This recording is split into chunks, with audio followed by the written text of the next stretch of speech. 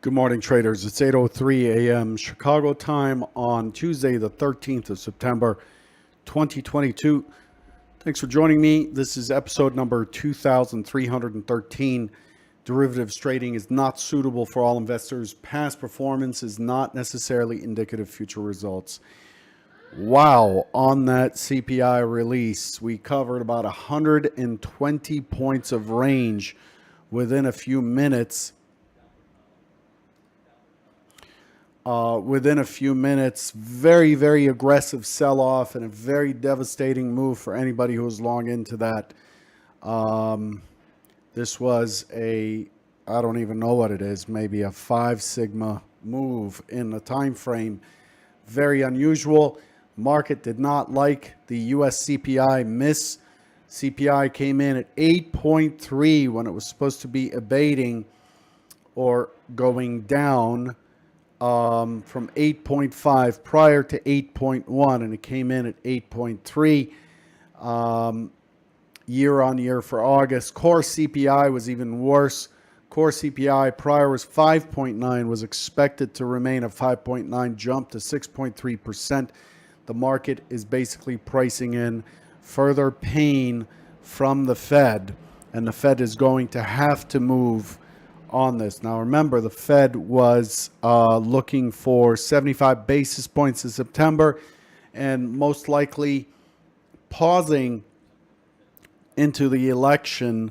And now 75 basis points is all but guaranteed. So this is, when you look at the Fed Watch tool, things have changed dramatically today. So that's where that stands. The current target rate is 2.25 to 2.5% on the Fed funds rate. There's an 84% probability now. Here's the Fed Watch tool. There's an 84% probability that we would jump to 3 to 3.25. 84% probability of a 75 basis point move this coming Fed meeting. So that's where that stands. Yields are much higher. The Treasury futures just absolutely exploded to the downside. The 10-year has moved almost 2 handles to the downside, actually a handle and a half or so. And the bonds moved from somewhere in the 133.10 all the way down to 131.11 or so. That's two entire handles on the bonds. So very, very significant. The German zoo came in also, and it missed, came in at negative 61.9, expected at negative 59, the prior negative 55. And then looking ahead, we really don't have anything significant. IBD tip at 10, monthly budget at 2, API crude oil stock change of 430, and then a few numbers, medium importance numbers out of Japan this evening. You're getting an echo. Okay. Yeah, I will turn down the sound, but the echoes because I'm in a room with nothing on the walls as of right now. Actually, let me check the mic settings here real quick, just to make sure we're pulling the right mic. Microphone, the Rode. All right. So that's where we stand. The S&P, 383,000 contracts outstanding. Outstanding volume so far. Better than 1 sigma. It's actually pushing almost into 3 sigma of daily or overnight volume. The overnight inventory went from relatively decent positive to a negative 10%. The market condition for the S&P is trending down. The Russell and the NASDAQ leading us down. The NASDAQ down 2.75 points from yesterday's settlement. Russell 2.5 points. My expectation is this will likely continue. The S&P has moved back into Friday's gap, is trading below Friday's range. Again, this is a massive adjustment here, and we do have a key level here at 40.34 that we've tested. We went to 40.3375 in the S&P. 141 points of range. Outstanding overnight range. Haven't seen that since early 2021 or so. So that's where we stand, okay? Let's move on. Let's look at what's going on here. So the move, this is not back adjusted. So the main price we need to pay attention to here is 58 and a quarter. Okay, keep that in mind. It's not 41.40. This is not back adjusted for some reason, but 58 and a quarter is the main price we need to be aware of. So while everybody's calling this a bear rally, dead cat bounce, all that stuff, what I'm calling this is responsive buying. Responsive buying. What we've done is we've consolidated here for some time. We've consolidated here for some time. This level used to be 41.22 in the old contract, and then shifted to 41.40 when we traded here, and then with the 18 and a quarter point adjustment in the premium for December, that price, the former 41.40, has jumped up to 58 and a quarter. So this volume should be up here. So with that being said, what we've done is we've traded away from balance back to balance. So this is initiative. This is responsive. And we came back to balance, checked it out for a while. Then we broke lower and we put in this low just below 3,900.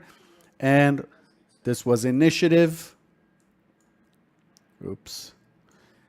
And now this is responsive. So all we did is we came back to balance. This is what was expected. I talked about it yesterday that we are likely to move back into this area. Let me show you this in a properly back adjusted chart. My ES composite chart. Let's clean this up a bit. So this is the ES composite chart here. This shows the prices here are back adjusted. They are correct. And you can see very clearly where balance is. So the reason I'm saying this is it's very easy to get caught up in the immediate action. But all we've done is we've moved back to this 41.58 and a quarter price. And we tapped it this morning. We went to this morning. The high was 41.75. We were trading around 41.61, 41.63, right on top of balance this morning when the number came out. The number came out, and now we're trading down here. This is where that 34 area comes from, right in here. Okay, this is a former point of control. We tapped it a while ago, but we are now trading where this orange line is. That's the latest print. So we've moved through the gap from yesterday, and we are trying to move through the gap from last Friday into the lower bound of the range here. And you can see that there's quite a bit going on down here. So if we look at, let's zoom in a little bit to this area. And you could see that on this day right here, we have balance at 04, right in here. And then right here, which was last week's point of control, is at 98 and a quarter. So now this becomes the key test area in this region. Okay. So somewhere in between those two. So let's draw a profile around the area we're in currently. We'll get a combined point of control of 40.11 for this region. Okay, this is the most important price in this area now. So the key price we've left behind, 58 and a quarter above. That's where most of the volume has taken place. That's where acceptance has been. We've been responding back to acceptance, and now we're rejecting, we're initiating away based on this news. And now we're pushing into this 34 area. There's quite a bit to get through in this 34 area right here. But if it does clear it, then you're looking for 40.11 and then 04, 98 quarter, and so on and so on. Okay. So this is what is really important to look at. We tested, we moved up, we tested this balance, and we've moved very quickly down. So now we're repairing these poor structures that we left behind from last week, Friday's gap. And then as soon as we get done with this, as soon as we get done repairing this area, if you look at Friday's high, 40.29, as soon as we're done repairing this area, then we are very likely to find support in this zone here. So 11, right? So 11, and then 04, and then 98. These are where I'm expecting the train to slow down as it pushes lower. That's the big picture. What we do from here is undetermined. At the moment, we're opening in a large gap down, but we're opening inside of the last 2 weeks balance. So even though we're opening in a gap, I'm not expecting this to keep running. I mean, it's come a long, long way already. So let me move this out of the way. As we move back, look at where we are. Let's enlarge this. As we move back, if you recall, I talked about the idea that there's quite a bit of support underneath here, right? So as we move back, I'm expecting the support to get tested and for it to hold. So despite the fact that we are trading right here, we are simply entering this area, okay? So we have quite a bit of support. So what does this mean? It means that despite the fact that we have a trend down day, despite the fact that we have huge volume today, despite the fact that we have very, very wide range, coming in at this point and being aggressively short is likely to cost you. So be smart, be aware of where we are on the map, be aware that we are entering into some pretty significant support down into the 11, the 04, and the 98. Those areas there are not areas you want to sell into. These are areas that are likely to present support, which put us way down in here. And now we're climbing this mountain. Imagine this turned on its side. If this was turned on its side and this was a train, this train has to make a lot of effort to climb this, right? So this is what's expected. So as we open, there's the market on open orders are likely to kick in. Systems are likely to see what has happened and will either put on a hedge or take a position. So the open is likely to be pretty aggressive. Recommend hands off for the first at least 10 minutes or so, 6 minutes or so.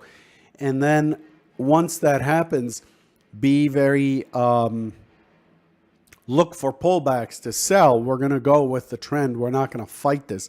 Just because I think there's resistance here doesn't mean I should get long. We're going to look for pullbacks to sell. But what I won't do is come in here and say, oh my God, this thing has sold off quite a bit. Sell, sell, sell at the open. I'm just going to sell them and sell them and sell them. We're not going to do that. We're going to look for pullbacks to sell, for retests, being aware that we're retesting into support. The market has already done its job for the most part by having this massive move pre-market, unfortunately, which seems like that's where all the action is these days. So that's where we stand. Just be smart, be aware of where you are. Today, I made some notes in the Convergent Trading chat room, and I want to reiterate them here. I said very aggressive revaluation of the indices across the board. Treasuries got hammered this morning. Clearly, inflation isn't slowing down as expected. Notice if you are going the wrong way on the CPI release, if you're one of the people that found yourself long or had a long position into the CPI and have taken a large losses, we strongly suggest you stop trading live for the session. Just stop trading for the session. It is really, I don't care who you are, it's really hard. Even if you're a 20, 30, 40-year trading veteran, it is really hard to regain composure and regain objectivity and to be agnostic with the action moving forward. So if you took a large loss today, it's really important to just accept it. Don't fight it, accept it. Stop trading for the session. Do not fight back. So from just looking at, in general, how traders are doing after this number, many traders got hammered on this extreme move down. Monkey trading follows that. It is best to step away and start with a clean slate tomorrow. It is simply going to be too hard to be objective this morning under those circumstances. So I really would recommend just watching if you are feeling this is kind of the type of trading that causes heightened emotions is the point that I'm making. But if you are trading, look for pullbacks to sell. So I'm looking forward to pull back into Friday's range. I'm using Friday's range as a template. What does that mean? It means that I'm going to look at Friday and I'm going to look for structure on Friday's day. So something like it's starting to push back into the 45, 46. I might use this structure to find a stop on the other side at 51 and look for a short on the way back up. Look for a short to continue to hammer on this gap, to close the gap during the RTH session in here. That may be one trade setup. What I'm not going to do is trade breakouts to the short side because we're coming into potential support as mentioned. Okay, so 1104.98 are key support areas coming into here. The market might get responsive and push through Friday's range and recover much of what has happened, but that's assuming that they've digested the fact that CPI was so high and there's going to be a very significant set of actions taken by the FOMC to continue to curb inflation, which is index negative. So that's where we stand this morning. I don't have any hypotheses. My homework got absolutely blown out of the water. For me, it is now looking at the price map and not creating scenarios, but looking at how it responds and how it's looking to play the day. One thing to remember also is that we are in the middle of expiration week. The roll goes on. The roll is approximately 71% complete, expecting it to be completely done by Thursday. So don't lean on your delta, volume delta or volume indicators. They're not likely to be to represent what's actually happening. That's one thing. As always, I would love for you to hit the like button, and if you're not subscribed to the YouTube channel, be sure to hit the subscribe button on the channel and to turn on notifications for when videos are posted. Thanks for tuning in, and I'll catch you tomorrow morning. Take care.